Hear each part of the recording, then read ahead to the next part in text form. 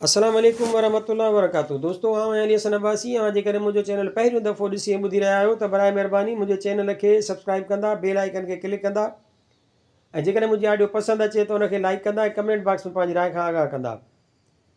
किताब जो नालो आहे ॻाल्हियूं मुंहिंजी सिंध जूं, मकाला, तकरीरूं, ख़त ऐं इंटरव्यू। मुसनिफ़ सैयद निज़ामुद्दीन राशिदी, मुरतब ग़ुलाम मोहम्मद लाखो, छपाईंदड़ सिंधी अदबी बोर्ड ऐं endowment fund trust for the preservation of the heritage of Sindh. छापोटियूं साल 2020 ईस्वी, वधायल ऐं संवारियल। सिंध ऐं ईरान जा लाॻापा। तर्जुमो ग़ुलाम मोहम्मद लाखो। हीउ तवील तारीख़ी मकालो सिंध जे माया नाज़ आलिम सैयद निज़ामुद्दीन राशिदी मरहूम तेहरान में मुनक़िद थियल ईरान शनासनि जी पहिरीं बैन अल-अक़वामी कांग्रेस 31 अगस्त खां 6 सेप्टेम्बर 1966 ईस्वीअ में पढ़ियो हो। उन मौक़े ते राशिदी साहब खे न रुॻो मुक़ररु कयल 5 कमेटियुनि अदबियात, आर्कियोलॉजी, तारीख़, ज़ुबान शनासी ऐं फ़लसफ़ो मां हिकु कमेटी तारीख़ ते नामज़द कयो वियो, पर खेनि ईरान शनासनि जी बैन अल-अक़वामी कांग्रेस जी मुस्तक़िल कमेटीअ ते पिणु नामज़द कयो वियो। ॾिसजे ओरिएंटल कॉलेज मैगज़ीन, लाहौर, नवंबर 1966 ईस्वी। असुलु मकालो फ़ारसी ज़ुबान में हो, जो पोइ उर्दू रिसाले नुकूश में शाया थियो अक्टूबर खां डिसंबर 1966 ईस्वी। मूंखे हिन मकाले जो photostat doctor Memon Abdul Majeed सिंधीअ मुहैया कयो। छापे मतन में लातादाद ग़लतियूं हुयूं, जिन खे अलामा ग़ुलाम मुस्तफ़ा कासमी साहब ऐं डॉक्टर मोहम्मद अयूब कादरी मरहूम जी मदद सां दुरुस्त कयो वियो। कादरी साहब सां 25 नवंबर 1983 ईस्वीअ ते सुबुह जो रिहाइण थी ऐं उन ई ॾींहुं शाम जो पाण हिकु हादसे में फ़ौत थी वियो। ख़ुदा मथसि रहमत करे। सिंधी तर्जुमो रिसाले मेराण नंबर 4 साल 1984 ईस्वीअ में शाया थियो। मतन जे हेठां कुझु हाशिया आहिनि जे मुतरजम जे तरफ़ां सम्झा वञनि। सिंध हिन वक़्तु पाकिस्तान जो हिकु अहम हिसो आहे। मूंखे पक आहे त संदसि क़दामत ऐं शानदार तमदनी तोड़े इल्मी माज़ीअ खां को बि पढ़ियल लिखियल अण वाक़िफ़ु कोन्हे। मुअण जे दड़े वारी उन झूनी सरज़मीन ऐं ईरान जे विच में तारीख़ जी इब्तिदा खां ई गहरनि लाॻापनि जा निशान मिलनि था। तारीख़ी खंडनि मां मिलियल शयूं समाजी ऐं वापारी लाॻापनि जो पतो ॾियनि थियूं। क़दीम तख़्तगाह बहमनाबाद, ब्रह्मणाबाद, सासानी साख़्त वारो रनीकोट जेको दीवार चीन जो नंढड़ो नमूनो आहे, या ख़ुदि मुंहिंजी पंहिंजी तारीख़ी ॻोठ बहमन जे नाले ज़रिए अॼु बि उन ॻाल्हि जी शाहिदी मिले थी त आगाटे ज़माने खां असांजा सियासी लाॻापा केतिरो न गहरा पिया रहिया आहिनि। उनखां सवाइ बहिराम गोर ऐं शंगल राय चंगल जो वाक़ियो सिंध ते बहिराम जो असरु ऐं हितां खां हज़ारनि ॾोरनि मंगणहारनि जो ईरान वञणु कंहिंखे मालूम कोन्हे। फिरदोसीअ जा ई शेर कंहिं न पढ़िया हूंदा। बनज़दीक शंगल फ़रिस्ताद कस चुनैने गुफ़्त ए शाह फ़रियाद रस अज़ान लोलियाँ लोरियाँ बरगुज़ींदे हज़ार नरो मादा बरे ज़ख्म बरबते सवार के उस्ताद बर ज़ख्म दस्तान बूद दरे आवाज़ और आमिश जान बूद। इस्लाम खां पोइ ईरान ऐं सिंध जा लाॻापा एतिरो त वेझो ऐं मुस्तहकम रहिया आहिनि जो 1400 सालनि में हीउ सिलसिलो कॾहिं बि टुटल नथो ॾिसिजे। सियासी या सकाफ़ती, अदबी या फ़नी, बहरहाल कंहिं न कंहिं रूप में ही लाॻापा हर दौर ऐं हर वक़्तु क़ाइमु ऐं मुस्तहकम पिए रहिया आहिनि। उन लाॻापनि जी तारीख़ खे तालकात जे गूनागून सूरत हाल ऐं मवाद जे कसरत तोड़े पखिड़ियल वाक़िअनि जे करे आउं किथां शुरू कयां, कहिड़नि कहिड़नि उनवाननि हेठि बयानु कयां ऐं वरी केसीं बयानु कयां, मुंहिंजे लाइ हैरान कुन ॻाल्हि आहे। सर ऐन रिश्ताए नदानम ज़कुजा बकुशाम दास्तान तवील ऐं वक़्तु घटि आहे, लिहाज़ा हिते आउं उन दिलचस्प हिकायत जो फ़क़ति हिकु मुख़्तसिर ख़ाको पेश कंदुसि। अवां सभिनी खे ख़बर आहे त सिंध में इस्लाम ईरान ज़रिए पहुतो। अगरचे तारीख़ी रस्तनि ऐं राहुनि जे ज़रिए असांजे विच में वापारी आमद व रफ़्त आगाटे वक़्त खां मौजूदु हुई, पर शिराज़ खां इब्ने क़ासिम सां गॾु ईरानी लश्करी जॾहिं सिंध में वारिद थिया तॾहिं आम नोयत जे तालुक़ मज़हबी रिश्ते जी सूरत वरिती ऐं अरबनि सां गॾु ईरानियुनि जूं बस्तियूं पिणु नए सिर सिंध में आबाद थियूं। सिस्तान जे ताहिर ज़ुल यमीनैन 205 खां 259 हिजरी या याकूब बिन लेस सफ़ार 253 खां 265 हिजरी जे ज़माने में ईरानी कारिंदनि ऐं हाकिमनि जे अचण वञण जा तारीख़ में चिटा निशान मौजूदु आहिनि। अरबी दौर हुकूमत में जिते अरबी ज़ुबान खे सियासी बिना ते सिंध में क़दम जमाइण जो मौक़ो मिलियो, उते ई कुदरती अमर आहे त तिजारती तालुकात ऐं ईंदड़ वेंदड़ काफ़िलनि या उन्हनि ईरानियुनि जे करे जेके अरबनि सां गॾु सिंध में आबाद थिया, ईरानी असर सां गॾु ईरानी ज़ुबान खे बि हिते मुतारिफ़ थियण जो मौक़ो मिलियो हूंदो। जेतोणीकि अरब जाग्राफ़ी दाननि हिन ॻाल्हि खे ग़ैर ज़रूरी सम्झी बयानु न कयो आहे, पर उन जो सबबु बि सम्झण जोॻो आहे। ईरान ऐं ईरानी ॿोली उन वक़्तु ग़ुलाम हुआ। उन जे असरनि जो चिटाईअ सां ज़िक्र न करणु का ग़ैर मामूली ॻाल्हि न आहे। सिंध जी फ़ारसी ज़ुबान सां वाक़फ़ियत ऐं उन सां दिलचस्पी जेकॾहिं पहिरियां खां पैदा थियल न हुआ, त पोइ अरबी ज़ुबान जी हाकिमियत ख़तमु थियण बैदि फ़ारसी ज़ुबान जो पोइ जे ज़माननि में संदसि जॻह वठणु कहिड़ी तरह मुमकिन हो। मुख़्तसिर मुदत जे तवाइफ़ुल मुलूकीअ बैदि अरबनि खां हुकूमत जी वाग सिंध जे हिकु मक़ामी क़बीले सूमरनि जे हवाले थी। उन दौर में करामतीन जो इक़्तिदार हिन ॻाल्हि जो पतो ॾिए थो त उन ज़माने जो ईरानी फ़िकिर ऐं असरु सिंध ते तमामु घणो हो। महमूद जॾहिं मुल्तान 401 हिजरी में मंसूरा 416 हिजरी खे ग़ुलाम बनायो, तॾहिं ज़ाहिर में करामती वजूद खे हिन शरई सबब तौरु इस्तेमालु कयो हो। महमूद गज़नवीअ जे लाॻीतनि हमलनि ऐं संदसि सिंध ऐं पंजाब ते हुकूमत क़ाइमु करणु सबबि सिंध में ईरानी असरनि ऐं उन जे अदब में ताज़गी पैदा थी पई। उन दौर में केतिरनि ई शाइरनि सिंध खे पंहिंजे शहरनि में मुख़्तलिफ़ सूरतुनि में यादि कयो आहे, जे सिंध ऐं उन में रहंदड़नि सां संदन गहरी वाक़फ़ियत ऐं दिलचस्पीअ जो पतो ॾियनि था। दक़ीक़ी वफ़ात क़बल 384 हिजरी, फ़र्ख़ी वफ़ात 429 हिजरी, अंसरी वफ़ात 431 हिजरी, कतरान तबरेज़ी वफ़ात 466 हिजरी, नासिर ख़ुसरो वफ़ात 481 हिजरी, मसूद सलमान वफ़ात 515 हिजरी, असजदी मरोज़ी वफ़ात 514 हिजरी, अमीर मुअज़्ज़ी वफ़ात 518 खां 521 हिजरी ऐं मुख़्तार गज़नवी वफ़ात 535 हिजरी जा शेर हिन सिलसिले में पढ़ण जोॻा आहिनि। गज़नवी असर वारे ज़माने में फ़ारसी शाइरनि ऐं लेखकनि जी अचु वञु सबबि सिंध में जो कुझु पैदा थियो, असांखे ॾुखु आहे त ज़माने जे हथ चुरांद उहे सभु आसार कुझु अहिड़ीअ रीति ख़तमु कया जो अॼु असीं उन्हनि इल्मी यादगारुनि मां कुझु बि पेश नथा करे सघूं। बहरहाल हीअ त असीं अंदाज़ो करे सघूं था त मुल्तान ऐं मंसूरा ते तसलुत सबबि इल्मी तख़लीक़ूं लाज़मी थियूं हूंदियूं। गज़नवियुनि जे दौर 401 खां 441 हिजरी में इल्मी असासे गुम थियण जो असीं ॾुखु छो करियूं, जॾहिं त असां वटि उन दौर खां पोइ नासिरुद्दीन कबाचा जे ज़माने 602 खां 625 हिजरी जो इल्मी ज़ख़ीरो बि महफ़ूज़ न रही सघियो। नासिरुद्दीन ऐं संदसि इल्म परवर वज़ीर ऐनुल मुल्क अशरीअ जे इल्मी सरपरस्तीअ करे तातारियुनि जी गारतगरी ऐं खूनरेज़ियुनि सबबि हिजरत कंदड़ मुतअद्दिद आलिमनि ऐं नाम्यारनि शाइरनि खे पंहिंजे दरबार में आणे गॾु कयो। मौलाना कुतुबुद्दीन काशानी, काज़ी शरफ़ुद्दीन इस्फ़हानी, सैयद अल नदमा, ताजुल फुज़ला, फ़खरुल कुदमा, शमसुद्दीन मोहम्मद बल्खी के बुज़ुर्ग हिन शाइर जो नालो हिन रीति बि लिखनि था: शमसुद्दौला, सैयदुल नदमा, ताजुल फुज़ला, फ़खरुल कुदमा, मोहम्मदुल कातिब बल्खी सिंधीकार। फ़खरुल शुरा ज़ियाउद्दीन सजज़ी, मनाज सिराजी काज़ी 624 हिजरी, सदीदुद्दीन ओफ़ी 617 हिजरी, बफ़रोश शाइर ऐं फ़ज़ली मुल्तानी जा चंद नाला आहिनि जेके महफ़ूज़ रहिजी इतफ़ाक़ सां असां वटि पहुता आहिनि। जंहिंजो नालो गुम थी वियो, उहे न ॼाण केतिरा हूंदा जेके हिन दरबार ऐं दौर सां वास्तेदार हुआ। जामिल हिकायात अलफ़िरज बादशुदा जो तर्जुमो तबक़ात नासिरी जी तालीफ़ जो आगाज़ ऐं चचनामा 613 हिजरी हिन सोनहरी दौर जा उहे इल्मी यादगार आहिनि जे ख़ुशकिस्मतीअ सां ज़माने जे हथ चुरांद खां बची असां ताईं पहुता आहिनि। चचनामे जो फ़ारसी मुतरजिम सिंध जे हिकु आलिम मौलाना कमालुद्दीन इस्माइल जे लाइ, जंहिं वटां खेसि फ़तेहनामे जो अरबी मतन मिलियो, लिखे थो त हू फ़ारसी इल्म ऐं फ़न में बेमिसाल हो। हीउ बुज़ुर्ग अरोड़ जो हो जेको शहर सिंध जे अॻियनि बादशाहनि जो तख़्तगाह हो। मोहम्मद बिन अलीअ जे हिन कौल मां सिंध में फ़ारसी इल्म जी तरवीज जो अंदाज़ो करे सघिजे थो। हीउ फ़ारसी मुतरजिम पाण बि शाइर हो, चचनामा में बि संदसि शेर मौजूदु आहिनि।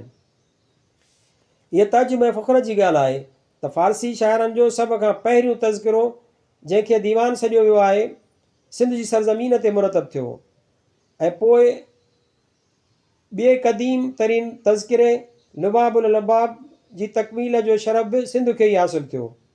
हिन दौर जी फ़ारसी शाइरीअ जो इब्तिदाई नमूनो असांखे लुबाबुल लबाब में मिले थो। ख़ुदि ओफ़ीअ जो उहो क़सीदो जेको बखर जे क़िले जे फ़तह ते हिन लिखियो असां वटि हिकु क़ीमती अदबी असासो आहे। बहरहाल हीअ सभु इल्मी आसार ऐं निशान गज़नवी दौर खां पोइ जे बची वियल सरमायो आहिनि जेको कुझु ख़तमु थी वियो। उनजो नुक़सानु न फ़क़ति सिंध जे लाइ पर फ़ारसी अदब जी तारीख़ लाइ हिकु अबदी नुक़सान जी हैसियत रखे थो। शेख बहाउद्दीन ज़करिया मुल्तानी वफ़ात 666 हिजरी। हिन दौर जो जियत सूफ़ी ऐं साहिब हाल बुज़ुर्ग हो। वटि समाज जो रिवाज हो जिते अक्सर करे फ़ारसी शेर पढ़िया वेंदा हुआ। हिकु भेरे हिन शेर शेख खे डिघे अरसे ताईं वजद जे हालत में बेहाल रखियो। मस्ताने के शराबे नाबे खूरदंद अज़ पहलूए ख़ुद कबाबे खूरदंद। शेख बहाउद्दीन ज़करिया वटि फ़खरुद्दीन इराक़ी वफ़ात 688 हिजरी वारिद थियो। संदसि गज़ल तख़स्तीन बादा कांदरे जामे करदंद ज़ चश्मे मस्त साकी वाम करदंद। ही गज़ल दर कोई ख़राबात कसीरा के नयाज़े अस्त होशियारी वो मस्तेश हमा ऐन नमाज अस्त। हिते जा यादगार आहिनि शेख उस्मान कलंदर लाल शहबाज़ मरवंदी जंहिंजी ख़ानकाह सिंध जे तारीख़ी शहर सेवण में अॼु ताईं ज़ियारतगाह बणियल आहे। पाण बुलबुलनि जे दौर में मरवंद खां सिंध में पहुतो जॾहिं ख़ान शहीद मुल्तान जो हाकिम हो 668 हिजरी खां 683 हिजरी। लाल शहबाज़ ॾे कई फ़ारसी गज़ल मनसूब आहिनि 650 हिजरी। हीअ यादि रखणु घुरिजे त जलालुद्दीन ख़्वारिज़म शाह जो अचणु ऐं सॼो साल सिंध में रहणु 618 खां 19 हिजरी या देबुल जे इर्द गिर्द जामिया मस्जिद ठाहे वञणु बहस हेठि आयल दौर जे शुरूअ जो अहम सियासी वाक़ियो आहे। सिंध ते तुग़लनि जा हमला 752 हिजरी 1351 ईस्वी खां शुरू थिया जॾहिं त हिते सूमरनि जी जाइ ते समन जो घराणो हाकिम थी चुको हो। हिन दौर में फ़ारसी शेर चवण जो मक़ामी तौर ते रिवाज जो ओञाण पिणु मिले थो। हिन सिलसिले में असां वटि उन फ़ारसी शेर जी हिकु मिसरा सबूत जे लाइ मौजूदु आहे जा सिंधी नस्ल सिंध जे हाकिम फ़ैरोज़ तुग़लक आॾो पढ़ी हुई। नई तहक़ीक़ मूजिबि हीअ सिट अमीर हसन सजजी 738 हिजरी जे हिकु गज़ल जी आहे। ॻाल्हियूं ॻोठ वणनि जूं सिफ़ो 413। शाब ख़ुशिंदा तू ई बंदा शर्मिंदा मनम। मुल्तान जे हाकिम ऐनुल मुल्क माहरू जे ख़तनि जो मजमूओ इनशाए माहरू जे नाले सां मौजूदु आहे जेको हिन ॻाल्हि जो सबूत आहे त हिन दौर में फ़ारसीअ खे सरकारी ज़ुबान जी हैसियत हुई ऐं सिंध जे सिलसिले में लिख पढ़ लाइ बि फ़ारसीअ खां कमु वरितो वेंदो हो। हिन किताब में सिंध जे बादशाहनि जे नाले जेके ख़त आहिनि उहे हिन ॻाल्हि जी शाहिदी ॾियनि था।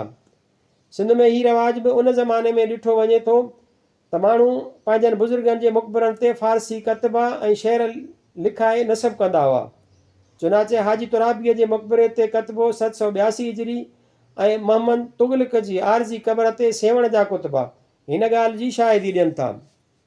नंढे खॾ में कलाम पाक जा 2 पहिरियां फ़ारसी तर्जुमा बि सिंध में ई थिया आहिनि जिन मां मखदूम जहान या जहान गश्त वफ़ात 785 हिजरी जो तर्जुमो हिन दौर जो यादगार आहे। ऐं ॿियो जेकॾहिं शहाबुद्दीन दौलताबादीअ जी तफ़सीर बहरे अमवाज खे तफ़सीर जी हैसियत ॾिजे त पोइ 10वीं सदी हिजरीअ में मखदूम नूह हालाईअ जो कयल फ़ारसी तर्जुमो आहे जो हिंदो पाक जे सभिनी फ़ारसी तर्जुमनि में आगाटो आहे। अगरचे उहा ॻाल्हि मौज़ूअ खां ॿाहिरि आहे पर हिकु अजब इतफ़ाक़ जो हिते ज़िक्र करणु दिलचस्प हुजणु सबबि मुंहिंजे ख़्याल में बुरो न थींदो। हीअ अजब इतफ़ाक़ आहे त कलाम पाक जो पहिरियों तर्जुमो ऐं कंहिं बि ग़ैर ॿोलीअ में थियो उहो बि सिंध में ई हिते जे ॿोलीअ में थियो आहे। 8वीं सदी हिजरीअ में या उन खां पोइ असांखे केतिरा ई इल्मी घराना अहिड़ा मिलनि था जन ईरान खे छॾे सिंध में मुस्तक़िल रिहाइश अख़्तियार कई जंहिंजे उथी वेठी मजलिसुनि ऐं सोहबतुनि जे करे सिंध में फ़ारसी ज़ुबान जी इशाअत ऐं इज़ाफ़े खे वॾी तक़वियत हासिलु थी। हिन सिलसिले में शिराज़ जी अंजवी सादातनि जी हिकु शाख जी बुज़ुर्ग सैद मोहम्मद जो नालो खणी सघिजे थो, जेको 786 हिजरी में शिराज़ खां निकिरी सिंध में अची रहियो। ख़ानदान जे तारीख़ी किताबनि मां मालूम थिए थो त हाफ़िज़ शिराज़ी हिन सैद मोहम्मद जो बेहद मौत कदो ऐं उन बि साणसि गॾु वतन छॾियो। तारीख़ में अचे थो त हाफ़िज़ गरियाए में करदो बेरफ़्त हिन दौर में दारुल सल्तनत ठटे में तोड़े सिंध जे ॿियनि वॾनि वॾनि शहरनि में कसरत सां मदरसा मौजूदु हुआ, जिन में अरबीअ सां गॾोगॾु फ़ारसी किताब पढ़ाया पिए विया। खुरासान जो आख़िरी तैमूरी सुल्तान हुसैन बकरार 863 खां 912 हिजरी ऐं सिंध जो वाली जाम निज़ामुद्दीन 866 खां 914 हिजरी न फ़क़ति हमअसर हुआ बल्कि हम ज़ौक़ बि हुआ। इल्मी ऐं अदबी सरपरस्तीअ में हिकु जहिड़ा हुआ, जंहिं करे हरात ऐं ठटो हिकु ई वक़्त में शाइरनि ऐं आलमनि जो गढ़ु बणियल हुआ ऐं संदनि दरमियान हिकु जहिड़ाईअ जो हीउ बि हिकु अजीब इतफ़ाक़ आहे त जंहिं वक़्तु तैमूरियनि जी हिन आख़िरी सल्तनत जी ताक़त ख़तमु थी त ऐं उन वक़्तु सिंध में समन जी सल्तनत जो ॾीओ बि गुल थी वियो। आज़ादु सिंध हुकूमत जो हीउ आख़िरी अदब परवर बादशाह जाम निज़ामुद्दीन समूह न फ़क़ति इल्मु दोस्त ऐं हुनुर परवर हो, लेकिन ख़ुदि बि फ़ारसीअ जो शाइर हो। हीअ रुबाई संदसि आहे। ए आनकाए तेरा निज़ाम दीन में ख़वानत, तू मुफ़्तख़री के मेरा चुनेन में ख़वानत, गरदरे रहे दीन अज़ तू ख़ताई अफ़तनत, शके नीस्त के तेरा काफ़िर लईन में ख़वानत। मौलाना अब्दुल अज़ीज़ अबहरी पंहिंजे ख़ानदान सां गॾु हिन दौर में ई सिंध पहुतो ऐं मुस्तक़िल तौरु हिते टिकी पियो। हिन हिते इल्म जी इशाअत ऐं वाधारे लाइ हिकु वॾे मदरसे जो बुनियादु रखियो। अलामा जलालुद्दीन दवानी 908 हिजरी बि हिन सल्तनत जे इल्म परवरीअ जी हाक ॿुधी हिते अचणु थे घुरियो, लेकिन संदसि ॿ शागिर्द मीर शम्स ऐं मीर मुइन सुल्तान निज़ामुद्दीन खां सफ़र जो ख़र्च वठी जेसीं उते पहुता उन खां अॻु अलामा दवानी आख़िरत जे सफ़र ते रवानो थी चुको हो। 901 हिजरीअ में मशहद मुक़दस खां सैद याकूब ऐं सैद इसाक हिते पहुता, जंहिंजो ख़ानदान मशहदी सादात जे नाले सां ठटे में अञा हलंदो अचे। मुशहदनि जो ॿियो घराणो ॿिनि भाइरनि सैद अहमद ऐं सैद मोहम्मद वलद सैद आबाद मुशहदीअ ते मुश्तमिल हो, सो 906 हिजरीअ में अची हिते पहुतो। मखलीअ जे क़ब्रिस्तान में ख़्वाजा शरफ़ुद्दीन शिराज़ीअ जी क़बर बि उन दौर जो यादगार आहे, जंहिं ते हीउ कुतुबो मौजूदु आहे। वफ़ात मरहूम अल वासिल अल रहमतुल्लाह ख़्वाजा शरफ़ुद्दीन शिराज़ी फ़ी तारीख़ शहर जमादुल अवल सन 911 हिजरी। हीउ बुज़ुर्ग उन्हनि ईंदड़नि मां हिकु आहे जिनखे निज़ामुद्दीन जे इल्मु नवाज़ी ईरान खां सिंध खे आई। ठटे में मुग़लपुरा हिन सुल्तान जो यादगार आहे। हीउ महलो उन करे सरकारी ख़र्च सां ठाहियो वियो त जीअं ईरान मां ईंदड़ मशाहिर ऐं आलिम आसानीअ सां ऐं आराम सां अचण शर्त हिते आबाद थी वञनि। हीउ यादि रखणु घुरिजे त हिन दौर में ईरानियुनि जे लाइ मुग़ल ऐं विलायतज़ाद लफ़्ज़ इस्तेमालु कया वेंदा हुआ। मुग़ल लफ़्ज़ शायदि उन करे ईरानियुनि जे लाइ मशहूरु हो छो त उन ज़माने में ईरान जा मुख़्तलिफ़ टुकड़ा तैमूरी मुग़लनि जे कब्ज़े में हुआ। 10वीं सदी हिजरीअ जी शुरूआति जहिड़ी रीति ईरान लाइ ॾुख ऐं ॾिफेड़ जो सबबु बणी, अहिड़ी रीति सिंध जे लाइ बि हिन सदीअ जी इब्तिदा मुस्तक़बिल जे मुस्तक़िल सियासी निभाग जो सबबु बणी। ईरान में तैमूरियुनि जो ॾीओ गुल थियणु शुरू थियो हो। शेबानी, सफ़वी ऐं बाबरी क़ुवतूं हिक ॿिए ख़िलाफ़ु मैदान में हुयूं। हिते सिंध में सुल्तान निज़ामुद्दीन जी वफ़ात ख़ानदानी झगड़े जो उहो सिलसिलो पैदा कयो जंहिं सिंध जी आज़ादु मुस्तहकम ऐं वसी सल्तनत जूं पाड़ूं पटे छॾियूं। ईरान शाह इस्माइल 906 खां 930 हिजरी सफ़वीअ जे ज़रिए जल्द ई न फ़क़ति हिकु मुस्तक़िल घराणे जे हथ में इंतिशार ऐं तवाफ़ुल मुलूकीअ जे तबाहकारियुनि खां बची वियो, पर नए सिर आज़ादी हासिल करे पंहिंजे टिड़ पकड़ियल हिसनि खे गॾु करे मुस्तक़िल बादशाहत जो बुनियादु विझी सही रस्ते ते गामज़न थी वियो। लेकिन सिंध जी हालति ठीकु न थी सघी छो त टिनि चइनि माण्हुनि ते मुश्तमिल अरगून घराणो जेको सल्तनत हरात जे पारां कंधार, काबिल, बस्त ऐं ज़मीन दावर ते नियाबत कंदो, उहो बाबर जे कंधार ऐं काबिल ते कब्ज़े करण बाद सिंध जे उन घरू झगड़े मां फ़ाइदो वठी सिंध ते कब्ज़ो करे वेठो। अञा घरू लड़ाई हली रही हुई त हरात जे तैमूरी बादशाहत जो भटकियल शहज़ादो बदियुज़्ज़मान सिंध में आयो ऐं जाम फ़ैरोज़ वटि पनाहगीर बणियो। 919 हिजरी लेकिन पोइ जल्द ई हितां तुर्कीअ ॾे राही थियो। हर मामले जा ॿ पहलू थियनि था। अरगूनी तसलुत जी तस्वीर जो सियासी पहलू, जंहिंजी तारीख़ 927 हिजरी ख़राबीअ सिंध मां निकिरे थी, बिलाशक ऊंदा हो न पर तारीख़ तर रहियो। लेकिन ॿियो पहलू जेको ख़ासि इल्मी ऐं अदबी हो, उहो रोशन बल्कि रोशन तर गुज़रियो। जेतोणीकि सिंध गुज़िरियल दौर में ई फ़ारसी ज़ुबान खे दरबारी ऐं इल्मी ज़ुबान क़बूल करे चुकी हुई, लेकिन इन ख़ासि फ़ारसी गो घराणे जे तसलुत बाद ईरान सां असांजा लाॻापा ज़्यादा मज़बूत थी विया। शिराज़, मशहद, सब्ज़वार ऐं ॿियनि ईरानी शहरनि मां सवें रूहानी ऐं इल्मी घराणा सिंध ॾे लॾे आया, जंहिं करे फ़ारसी ॿोलीअ ऐं फ़ारसी तमदुन जी जहिड़ो करे हिकु मुकमिल दुनिया सिंध में पैदा थी पई। हिन ज़माने में ग़यासुद्दीन मंसूर दश्तकीअ जे घराणे मां सैयद शुकुरुल्लाह शिराज़ी सिंध ॾे लॾे आयो, जंहिंजे घराणे सिंध में केतिरनि ई नाम्यारनि आलिमनि, फ़ारसी गो शाइरनि, तरीक़त जे साहिबनि ऐं अहले कलम फाज़िलनि खे जनमु ॾिनो। शिराज़ी सादातनि जो ॿियो ख़ानदान सैयद कमाल ऐं सैयद जमाल नाले ॿिनि भाइरनि ते मुश्तमिल सैयद शुकुरुल्लाह सां गॾु ठटे पहुतो, जंहिंजे घराणे बि कई मशाइरनि खे पैदा कयो। मौलाना जामी रहमतुल्लाह अलैह जे दोस्त ऐं रूहानी रफ़ीक़ शेख जलालुद्दीन बायज़ीद पोरानीअ खां हर उहो पढ़ियल लिखियल वाक़िफ़ु आहे जंहिं नफ़ातुल अंस पढ़ियो आहे। हिन शेख जलालुद्दीन पोरानीअ जो ॾोहिटो मेरक शेख महमूद सिंध में हिन ज़माने में पहुतो ऐं 200 सालनि ताईं संदसि ख़ानदान सिंध में आलिमनि, शाइरनि ऐं लेखकनि खे पैदा कंदो रहियो ऐं सिंध में ई घराणो अरब शाही सब्ज़वारी मेरक सैयद जे नाले बि मशहूरु आहे ऐं पुरानी सादात पिणु सॾाए थो। मीर ग़यासुद्दीन मारूफ़ सुल्तान रज़ाई अरीज़ी सब्ज़वारी साहब हबीबुल सैर यानी ख़वानद मीर जो ॾोहिटो हो। हीउ बि पंहिंजे औलाद खे वठी हिन दौर में लॾे आयो। संदसि सिंधी औलाद बि सिंध में फ़ारसी जा कई पाइदार इल्मी आसार छॾिया आहिनि। हीउ मालूम हुजणु घुरिजे त हबीबुल सैर वारे लेखक जा अरगून घराणे सां तमामु वेझा ऐं घाटा लाॻापा रहिया आहिनि। ख़वानद मीर पाण हिते आयो हो, पर पोइ हिंदुस्तान वियो ऐं उते ई वफ़ात कयाईं। मौलाना मुसलुद्दीन लारी, मौलाना अब्दुल ख़ालिक़ गीलानी, मौलाना यार मोहम्मद यारी हरवी ऐं मौलाना यूनुस समरकंदी बि हिन दौर में आया ऐं हैदर कलोच बि हिन दौर में सिंध में आयो ऐं हिते ई फ़ौत थियो। शाहजहांगीर हाशमी किरमानीअ जी मसनवी मज़रुल आसार 940 हिजरी, फ़ख़्री हरवीअ जो तज़किरो रोज़तुल सलातीन 958 हिजरी, शाइरीअ जे फ़न में सनाउल हसन ऐं ख़वातीन शाइरनि जो तज़किरो जवाहरुल अजाइब, यावरी फ़तवाए पुरानी ऐं आदाबुल मुरीदैन हिन दौर में असांजे मथे ज़िक्र कयल ख़ानदाननि जूं चंद इल्मी निशानियूं आहिनि। हीअ ॻाल्हि यादि रखणु घुरिजे त रोज़तुल सलातीन फ़ारसी शाइरनि जो ॿियो झूनो तज़किरो आहे जेको सिंध में लिखियो वियो ऐं उन रीति फ़ख़्री हरवीअ जो जवाहिरुल अजाइब ख़वातीन शाइरनि जो पहिरियों तज़किरो आहे जेको हिते लिखियो वियो। हिंद जे मुग़ल बादशाह हुमायूं जो ईरान वञी पनाह वठणु हिन दौर जो मुख्य सियासी वाक़ियो आहे।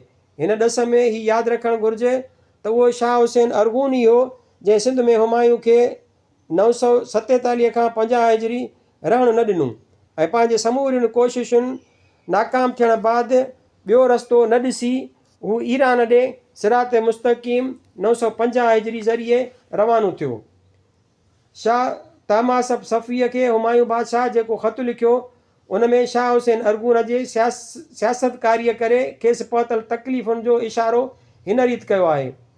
अज़ फ़ज़ाए सवाद आज़म हिंद बतंग गुनाई ज़ुल्म सिंध रसीदा शुद बगुज़श्ते अज़े सरमा आचाए गुज़श्त चे बदरिया वो चे कोसार वो चे दश्त। अरगूननि खां पोइ 962 हिजरी सिंध खे तुर्खाननि जे 2 अमीरनि तक़सीम कयो। हेठीं सिंध ठट्टो मिर्ज़ा ईसा तुर्खान ऐं उत्तर सिंध बखर सुल्तान महमूद बखरीअ जे हिसे में आई। हीउ उहो ई मिर्ज़ा ईसा तुर्खान आहे जंहिंजी ज़ाल मां बेगम जे नाले फ़ख़्री जवाहिरुल अजाइब मनसूब कयो हो।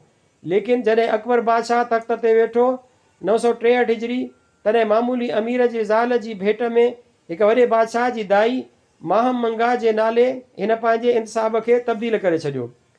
मिर्ज़ा ईसा ऐं संदसि पोयनि 962 खां 1000 हिजरीअ जा लाॻापा ईरान सां अहिड़ीअ रीति ठीकु रहिया जहिड़ीअ रीति असां अरगूनी दौर जो अभ्यास कयो। हिन दौर में बि कई ईरानी ख़ानदान पंहिंजी जनम भूमि छॾे सिंध पहुता। सिंध बदरुद्दीन माज़नदरानी हिन दौर में लॾे ईंदड़नि मां हिकु आहे। तारीख़ निगारिस्तान जो मौलिफ़ काज़ी अहमद गफ़ारी कज़वेनी हिन ज़माने में सिंध में पहुतो ऐं हिते ई फ़ौत थियो 975 हिजरी। मशहद आस्थाने क़ुदुस सां मिर्ज़ा ईसा तुरखान जी गहरी वाबस्तगी हुई। चुनाचे अक़ीदत जे इज़हार तौरु हिन ख़ासि एतमाम सां सिंधी मशल ठहिराए ओॾां मोकिले ॾिना। मिर्ज़ा ईसा सियासी तौर ते बि ईरान सां लाॻापे जे लाइ मजबूर हो। हू सिंध में हिक पासे बखर जे हाकिम सुल्तान महमूद बखरीअ खां ॾिनल हो त ॿिए तरफ़ अकबर खां बि खेसि ख़ौफ़ हो, जेको नऊं नऊं फ़तुहात जे ताज़े जज़्बे ऐं इरादे सां तख़्त नशीन थियो हो। लिहाज़ा मिर्ज़ा जे लाइ बेहद ज़रूरी हो त हू पंहिंजे पाड़ेसरी सल्तनत बल्कि अज़ीम तर ममलकत याने ईरान सां लाॻापो पैदा करे। लेकिन संदसि मशहद ॾे लाड़ो पक आहे त सियासी नोयत जो हो। महमूद बखरी जंहिंजो नालो असां हाणे खयों आहे, सो उन वक़्तु न रुॻो लासानी बहादुर ऐं जंगजू अमीर हो, बल्कि सियासत ऐं ॾाहप में बि पंहिंजो मिसाल पाण हो। ईरान ॾे मिर्ज़ा ईसा जो लाड़ो ॾिसी हिन बि पंहिंजा सफ़ीर मोकिले शाह तहमासप सां पंहिंजा तालुकात पैदा करे वरिता हुआ। मीर अबुल मुकारम बिन गयासुद्दीन सब्ज़वारी, जंहिंजे ख़ानदान जो ज़िक्र मथे कयो वियो आहे, महमूद बखरीअ पारां ऐं तरदी बेग या हक़ बर्दी बेग ईरानी दरबार मां सिंध ईंदा वेंदा रहिया। 967 हिजरी शाह तहमासप न रुॻो पाण खेसि ख़ान ऐं सुल्तान जो लक़ब ॾिनो, बल्कि महमूद जी दरख़्वास्त ते अकबर खे बि ख़तु लिखियो त महमूद खे पंहिंजे दरबार मां बि ख़ाने ख़ाना जो ख़िताबु ॾिनो वञे। हिंदुस्तानी दरबार में जीअं त हिक वक़्त में सिर्फ़ु हिकु ख़ाने ख़ाना हूंदो हो ऐं उन वक़्तु मुनम ख़ान हिन मनसब ते फ़ाइज़ हो। लिहाज़ा अकबर शाह तहमासप खे माज़रत जो ख़तु लिखियो। अरगून ऐं तुरखान 10हीं सदीअ ताईं सिंध ते हुकूमत कंदा रहिया ऐं साल 1000 हिजरी दारे सिंध हिंदी मुग़लनि जी सल्तनत जो हिसो बणिजी वई। जन ईंदड़ 150 सालनि ताईं हिते पंहिंजो तसलुत क़ाइमु रखियो। 11हीं सदीअ जे इब्तिदा में जेको सफ़ीर ईरानी दरबार में पहुतो सो हिकु सिंधी हो, याने अकबर जो मशहूरु अमीर मौरिख़ ऐं शाइर मीर मासूम बखरी नामी। हू अकबर जे हुकुम ते मीर मासूम 911 खां 13 हिजरी शाह अब्बास कबीर सफ़वीह 985 खां 1038 हिजरी जे दरबार में पहुतो। हिन न रुॻो सिफ़ारती कामयाबी हासिलु कई, बल्कि ज़ाती तौर ते बि ईरान में पंहिंजा मुस्तक़िल तारीख़ी ऐं अदबी यादगार छॾिया। हकीम शफ़ाई इस्फ़हानी वफ़ात 1027 हिजरी, मोहम्मद रज़ा फ़िक्री ऐं तकी ओहिदीअ जहिड़नि शाइरनि सां संदसि सोहबतुनि ऐं मुशाइरनि जो ज़िक्र ईरान ऐं सिंध जे अदबी लाॻापनि जो हिकु मुस्तक़िल उनवान आहे। इस्फ़हान जी मस्जिद अली जो कुतुबो काशान ऐं मोरचाए ख़ौरत जे विच में कारवाने सराय अब्बास जो कुतुबो या अहमद जाम ज़िंदा पियल जी मज़ार जो कुतुबो ही ऐं ॿिया के कुतबा जेके मीर मासूम ईरान में हर हंधि हया से अॼु बि मौजूदु आहिनि। मीर मासूम वफ़ात 1014 हिजरी, फ़ारसीअ जो बहितरीनु शाइर, तारीख़ सिंध जो मौलिफ़, 1009 हिजरी साहिब दीवान ऐं हिकु ख़मसा जो मुसनिफ़ आहे। ख़्वाजा निज़ामुद्दीन तबक़ात अकबरी 1003 हिजरी संदसि ई तहरुक ऐं मदद सां लिखी हुई। सिंध ऐं ईरान जे सियासी लाॻापनि खे क़ाइमु रखण वारो ॿियो सिंधी अमीर तुरखानी घराणे जो आख़िरी हाकिम मिर्ज़ा गाज़ी वकारी हो, जंहिंजी शख़्सियत न फ़क़ति दिलचस्प आहे बल्कि रंगारंग ख़ूबियुनि जे करे बेइंतिहा दिलकश पिणु आहे। जॾहिं हू कंधार में मुग़लनि जो नाइबु हो 1021 हिजरी, उन वक़्तु संदसि ज़ाती दरबार संदसि ग़ैर मामूली इल्म परवरी ऐं शख़्सी कशश जे करे ईरानी शाइरनि सां भरियल हुई। तालिब आमली पहिरियां संदसि दरबार जो शाइर हो, जंहिं संदसि मदह में एॾा त सुठा क़सीदा लिखिया जो खेसि तालिब आमली मलकुल शुअरा बनाइण खां पोइ बि जहांगीर खे अहिड़ा क़सीदा नसीब न थिया। शमशाए ज़री रक़म, मिर्ज़ा फ़सीही हराती, मुला शानी तकलो, मीर इलाही असद आबादी, संजर काशी महवी अर्दबेली, बज़मी कोज़, मीर नेमतुल्ला वसल शीराज़ी, मुला असद किसा ख़ान, शीदा इस्फ़हानी, मुर्शिद बरोज रदी अताबी तकलो, मौलाना सूफ़ी माज़ नदरानी साहब, बुतखानाए सरवरी यज़दी, मीर अब्दुल बाकी किसा ख़ान, हकीम फ़ग़फ़ूर लाहिजानी मिर्ज़ा गाज़ीअ जे बज़्म अदब सां वाॻियल ऐं संदसि मदह ख़्वान हुआ। मिर्ज़ा गाज़ीअ जा शाह अब्बास कबीर सां गहरा लाॻापा हुआ। ॿिन्हिनि जे विच में एलची नियापो नड़ो खणी ईंदड़ हुआ। मिर्ज़ा गाज़ीअ जे पारां सैद अब्दुल्ला सुल्तानी अरीज़ी सब्ज़वारी ही फ़राइज़ बजा आणींदो हो। पहिरियां त सियासी लाॻापा रहिया, लेकिन जल्द ई शाह ऐं मिर्ज़ा जे विच में शख़्सी तालुकात पैदा थी विया ऐं उहे उन हद ताईं वधिया जो जहांगीर वांगुरु शाह अब्बास बि पंहिंजे ख़तनि में मिर्ज़ा खे फ़र्ज़ंद जे लक़ब सां मुख़ातिबु थियणु लॻो। मिर्ज़ा गाज़ीअ शाह अब्बास जी मदह में जेके क़सीदा लिखिया आहिनि, उन मां हिकु क़सीदे जो हिकु मिसरो असां ताईं पहुतो आहे। ज़ज़ोरे मारे ज़मा दरे अमा बूदे आन कस के शाहे महराए मदहे तू दरे दहन गिरद। मिर्ज़ा रुस्तम सफ़वी वफ़ात 1051 हिजरी। शाह इस्माइल कबीर जो पड़ पोटो हो। ईरान खां भॼी जॾहिं सिंध पहुतो, उन वक़्तु 1000 हिजरी अकबर जे सिपह सालार अब्दुल रहीम ख़ान खाना ऐं सिंध जे हाकिम मिर्ज़ा जानी बेग तुरखान दरमियान लड़ाई थी रही हुई। जेतोणीकि उन ॾस में वास्तेदार तारीख़ुनि में को बि हवालो मुंहिंजे नज़र मां न गुज़रियो आहे, लेकिन आलिम आराई अब्बासीअ में आहे त हिननि ॿिन्हिनि में मिर्ज़ा रुस्तम सफ़वीअ ज़रिए सुलियो थियो। मिर्ज़ा गाज़ी फू जवानीअ में फ़ौत थियो 1021 हिजरी। तॾहिं मुग़लनि सिधो सिंध ते सूबेदार गवर्नर मोकिलणु शुरू कया त सभ खां अवल मिर्ज़ा रुस्तम सफ़वी सूबेदार थियो, जेको 1022 हिजरी धारे ठटे पहुतो। हक़ीक़त में मिर्ज़ा रुस्तम खे मोकिलण खां अॻु में मिर्ज़ा गाज़ीअ जे ई हिकु माइट मिर्ज़ा ईसा तुरखान सानीअ खे सूबेदार करण जी रिथ गौर हेठि आई, लेकिन खेसि हेॾे मोकिलण खां उन करे टारो कयो वियो त मतां हू क़दीम लाॻापनि जे करे शाह अब्बास जी मदद सां सिंध में पंहिंजनि अबनि ॾाॾनि जी मसनद वापसि वठी वञे ऐं हिंदी मुग़लनि खां सिंध खे आज़ादु करे वञे। चंद साल अॻु शाह अब्बास जे पारां कंधार ते हमिलो थियो हो, जंहिं करे शाह अब्बास ऐं जहांगीर जे विच में लाॻापा सुठा न हुआ। जेतोणीकि ॿिन्ही तरफ़नि खां नियापे नड़े जो सिलसिलो जारी रहियो। जहांगीर सिंध जे मसइले में मुनासिबत ऐं चङाई उन में ॾिठी त सिंध खां ईरान जे लाॻापनि जे ख़ात्मे लाइ मिर्ज़ा रुस्तम सफ़वीअ खे मोकिले, जेको शाह अब्बास जो मुख़ालिफ़ हो ऐं उन मुख़ालिफ़त जे करे वतन छॾे हिते पहुतो हो। हिन 11वीं सदी हिजरीअ में जेका मुग़लनि जी सदी आहे, कई ईरानी शाइर हिंदुस्तान पहुचण खां अॻु सिंध में टिकिया। मिसाल तौरु साहिब तबरेज़ी ऐं संदसि शागिर्द मलक तज़ीमा कुमी हिंदुस्तान पोइ पहुता, सिंध में पहिरीं तरसिया। अहिड़ा ॿिया कई मिसाल सिंध जी अदबी तारीख़ में मौजूदु आहिनि।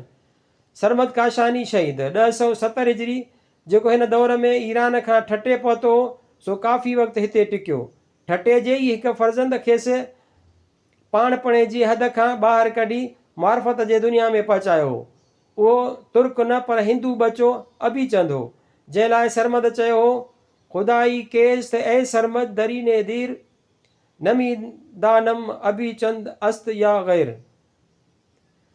ईरान ऐं फ़ारसी ज़ुबान तोड़े अदब जो असरु सदियुनि जे ॻांढापे जे करे सिंध में उन हद ताईं दाख़िल थी चुको हो ऐं सिंधी फितरत जो हिसो बणिजी वियो हो, जो हिन 11वीं सदीअ में जॾहिं रज़ाई ठटवी पंहिंजी मसनवी ज़ेबा निगार 1053 हिजरी लिखी, तॾहिं हिन इश्क जो पूरो मवाद जेतोणीकि सिंध मां खयो, लेकिन आशिक़ ऐं माशूक़ जा मक़ामी नाला उन करे बदिलाए छॾिया छो त फ़ारसीअ जी नरम फितरत उन्हनि नालनि जे धारियाइप वारे वज़न खे पहुची न थी सघी, बावजूदि उन जे त हू पंहिंजी मादरी ज़ुबान सिंधीअ खे बहितरीनु ऐं शीरी सॾे थो।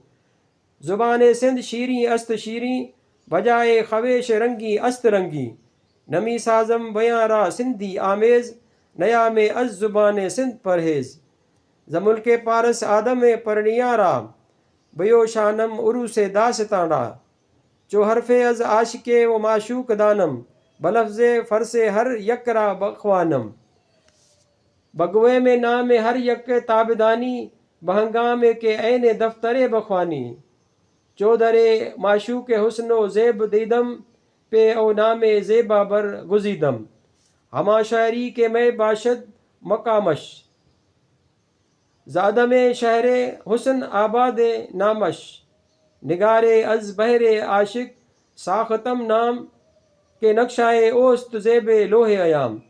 12वीं सदी हिजरीअ में सिंध मां मुग़ल तसलत जी पुॼाणी थी ऐं कल्होड़नि जो मशहूरु सिंधी नसुल घराणो हुकूमत जे गादीअ ते वेठो। जेतोणीकि हीउ ख़ालिस सिंधी हुआ ऐं संदन दौरु सिंधी ज़ुबान ऐं अदब जो सोनहरी दौरु सॾिजे थो, पर जीअं त फ़ारसी गो मुग़लनि खां ताज़ो छोटकारो हासिलु कयो हुअऊं, उन करे फ़ारसी ज़ुबान ऐं अदब खे हिननि बाक़ाइदे पंहिंजे सीने सां सांढे रखियो।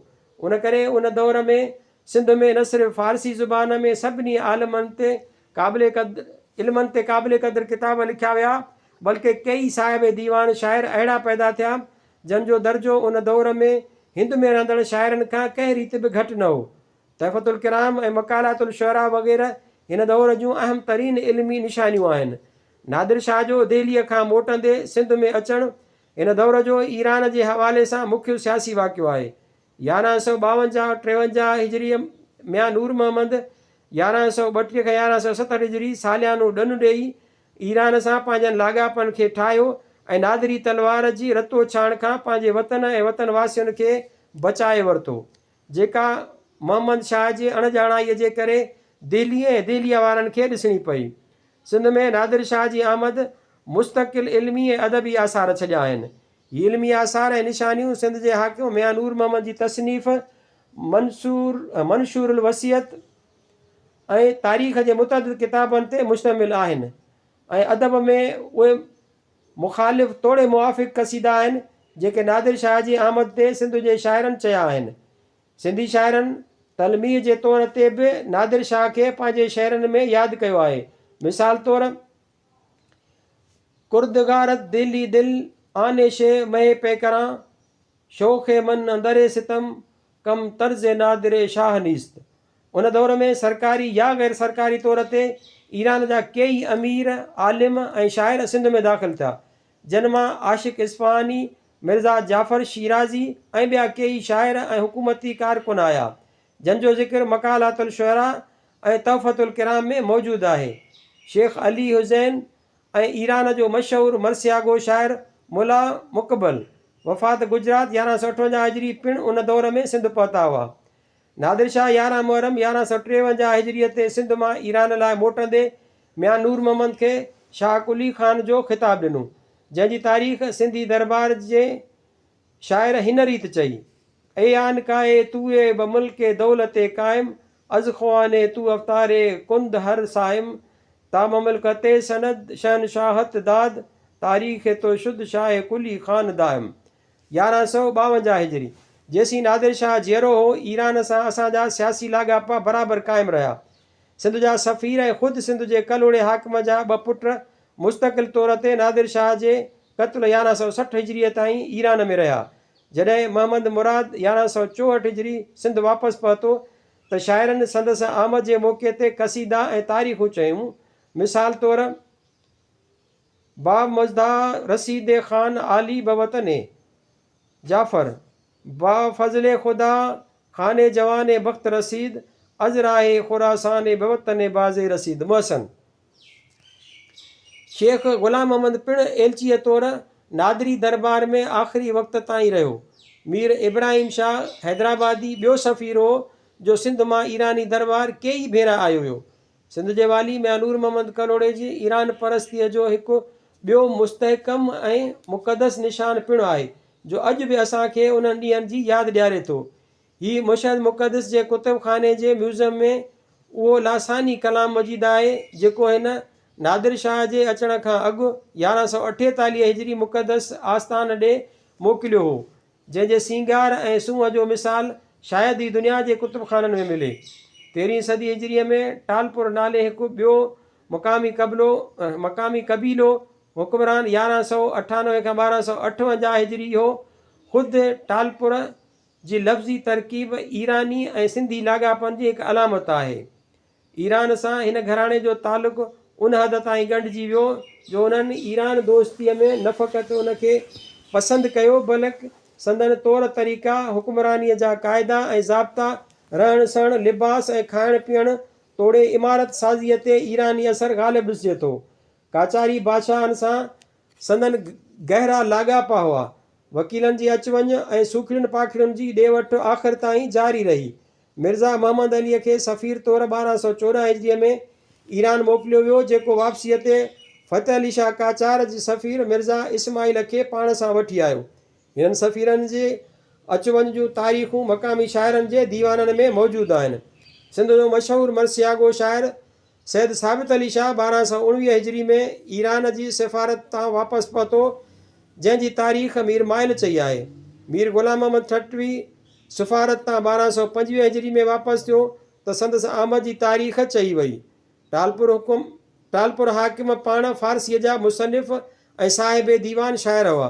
चुनाचे नज़्म ऐं नसर में हिननि हुक्मराननि कई किताब छॾिया आहिनि। संदन दरबार फ़ारसी शाइरनि ऐं ख़ासि तरह ईरानी शाइरनि सां भरियल रहंदी हुई। कुतुबखाना ठाहिण जो खेनि ख़ासि शौक़ु हो। हर बादशाह जे हरम अंदरि हर औरत जो कुतुबखानो अलॻि अलॻि हूंदो हो, जिन में फ़ारसीअ जा मुख्य किताब मौजूदु हुआ। ही सभु किताब ख़ासि तौर ते शाही कुतुबखाननि लाइ लिखिया वेंदा हुआ ऐं अक्सर कातिब ईरानी हुआ। ही कुतुबखाना अंग्रेज़नि सिंध गज़ब करण वक़्तु 1843 ईस्वीअ में वीरान कया। रूस खां पेरिस ऐं लंदन खां जर्मनीअ ताईं मुख़्तलिफ़ कुतुबखाननि में उन्हनि जा जुज़ा मौजूदु आहिनि। हिन वक़्त बि जेके किताब असां वटि बचिया आहिनि उहे पंहिंजी जाइ ते बेहदि क़ीमती आहिनि। घणा किताब अहिड़नि ईरानी कातिबनि जा तरतीब ॾिनल आहिनि जेके घणो करे ईरान में अणॼातल आहिनि ऐं पंहिंजे दौर जे ख़तातनि जी तारीख़ में उहे क़ीमती वाधारे जो बाहिस बणिजी सघनि था। विसाल शिराज़ीअ जा लिखियल केतिरा ई कलाम मजीद मौजूदु आहिनि। मौलाना जामीअ जो मुकमिल ख़म्सा संदसि पंहिंजे अखरनि में लिखियलु मौजूदु आहे। माज़ीअ जे ॿियनि हिंदी बादशाहनि खां सवाइ शहनशाह आर्या महर जो दस्तख़त पिणु मौजूदु आहे, जो सिंध जे आख़िरी दारुल सल्तनत हैदराबाद में संदसि आमद जे मौक़े ते यादगार तौरु हयो वियो हो। टालपुर दौर जो हिकु ॿियो यादगार बि असां वटि मौजूदु आहे ऐं उहो आहे मासिरे शाइरनि जो तज़किरो, जेको सैयद मीर हसन हुसैनी शिराज़ी ज़ुबैदतुल मुआरिसीन जे नाले सां टालपुर बादशाहनि जे लाइ 1240 हिजरी तालीफ़ कयो हो। हिन तज़किरे में घणो करे अहिड़नि ईरानी शाइरनि जो ज़िक्र मिले थो जिन खां ख़ुदि ईरान जा अदबी आलिम बि वाक़िफ़ु न हूंदा। हिन दौर में हिकु ॿियो तज़किरो बि तयारु थियो। मोहम्मद सालिह शामिलवी ख़ुरासानी सन 1252 हिजरी में हैदराबाद आयो ऐं हिन शहर में रहंदे महकशुअरा नाले शाइरनि जो तज़किरो लिखियईं। उन वक़्तु मीर नूर मोहम्मद टालपुर मसनद नशीन हो। मुरतब जो मकालो छपियल रिसालो मेराण सिफ़ो 186 नंबर 4 साल 1985 ईस्वी। इन कुतुबखाने टालपुरी लाइब्रेरी हैदराबाद में ॿिया क़ीमती काग़ज़ात जे ईरान ऐं सिंध जे लाॻापनि सां तालुक़ु रखनि था ऐं ईरानी बादशाहनि जा मोकिलियल तोहफ़ा बि शामिल आहिनि। असां मथे चयो आहे त हिते जी उथी वेठी ऐं इमारत साज़ीअ ते बि ईरानी असरु ग़ालिब हो। हिन हिक जहिड़ाईअ जी आख़िरी निशानी हैदराबाद जे क़िले में उहा नंढड़ी इमारत अञा बि ज़ुबून हालत में मौजूदु आहे, जेका इस्फ़हान जे अली कापू जी नक़ुल ॾिसिजे थी। अली कापू बाबति प्रोफेसर मक़बूल बेग बदख्शानी लिखे थो, हीअ इमारत शाह अब्बास आज़म ठहिराई ऐं हिकु दरवाज़े जो कमु ॾिए थी। हितां ई 3 महलनि ते पखिड़ियल शाही महलात ॾे रस्तो वञे थो। चहल सुतून पिणु हिन महल जो भाङो हो। अली कापूअ सां गॾु बाग बादशाह जी बैठक ऐं दीवान पिणु हुआ। सफ़ी बादशाह हिते ग़ैर मुल्की महिमाननि जो इस्तक़बाल कंदा हुआ ऐं हिते ई वेही पोलो रांदि ॾिसंदा हुआ। हीअ इमारत 60 वाल ऊची आहे। 7 मंज़िलूं अथसि। हर मंज़िल जे दीवारुनि ऐं दरवाज़नि ते चिटसालीअ जा बहितरीनु नमूना ॾिसजनि था। तारीख़ ईरान जुल्द 2 सिफ़ो 410 मजलिस तरक़ी अदब लाहौर साल 1971 ईस्वी। 13हीं सदीअ जे विच धारे पहिरियां ई हिंदुस्तान में ऐं पोइ सिंध में अंग्रेज़नि ऐं संदन कब्ज़े जा आसार गहरा थींदा विया।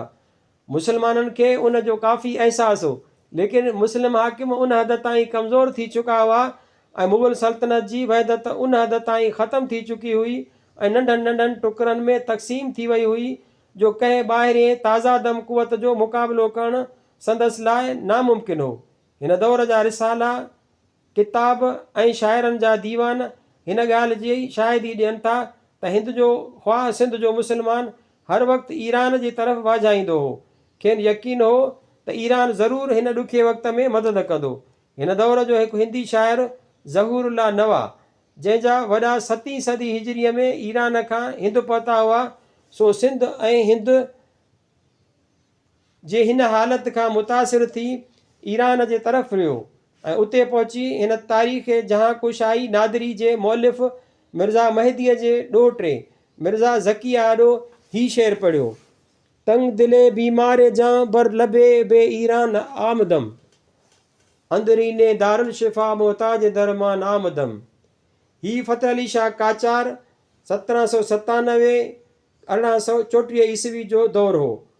मिर्ज़ा ज़की शाही दरबार जे शाइर फ़तेह अली ख़ान सबा ताईं खेसि पहुचायो ऐं उन जे ज़रिए नवाज़ने शाह जे आॾो पहुतो त हिंद ऐं सिंध जे ॾुख भरी हालत ते हिन हिकु दर्दनाक क़सीदो पढ़ियो, जंहिंजी शुरूआति हिन फ़रियाद सां थिए थी: दरे हिंद अज़ बदे गोहरा आफ़ते पदीदारे आमद, सब्ज़े नखल फतना ज़ुल्मो बला बारे आमद।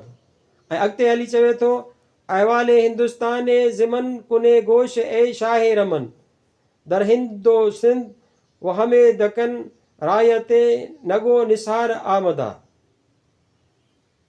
नवा क़सीदे में चयो आहे त ऐं दोस्त, जंहिं ॾींहुं पैगाम्बर ही ख़ुशख़बरी ॾींदो त शाह ईरान हिंदुस्तान जे इरादे सां कंधार ताईं पहुतो आहे, उन वक़्तु असीं ज़ुबान सां संदसि शुक्र अदा कंदासीं।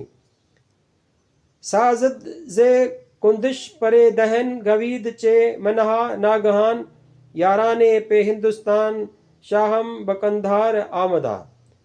कंधार ईरान ऐं मरकज़ी एशिया जे तरफ़ वेंदड़ रस्ते खे साफ़ करण लाइ बहरहाल अंग्रेज़नि ही ज़रूरी सम्झो त पहिरियां ई सिंध ते कब्ज़ो कजे।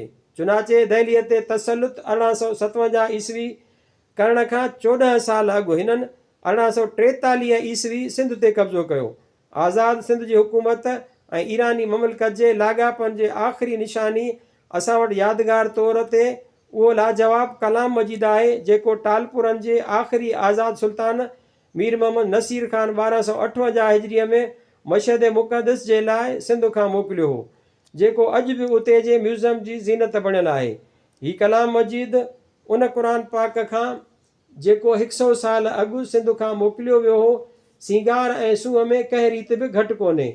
बुज़ुर्ग ख़िताए हिंद ओ अमीर किश्वरे संत के नामे नामई ओ ख़ुद अली मदद ख़ान शुद, बुजुर्गवारी कुज़े अक़ल व दानिश वो तदबीर, वदहरे गैरत अगशा व रश्के हसान शुद, पसे आंगाए अज़े पे तारीख़ ऐने ज़ियारत मीर, खुर्दे व अरसाए फ़िक्रे व ख़याले पोयान शुद, जहोशे फ़ुर्सत आवेरद सरे पसे आंगाए गुफ्त, अली मदद मददुश अज़े अली इमरान शुद।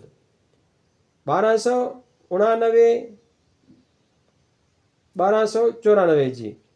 जेतोणीकि अंग्रेज़नि जे तसलुत बाद सिंध ऐं ईरान जा लाॻापा ज़ाहिर में ख़तमु थी विया, पर रूहानी ऐं अदबी लाॻापा सदियुनि वांगुरु बराबरि क़ाइमु ऐं जारी रहिया।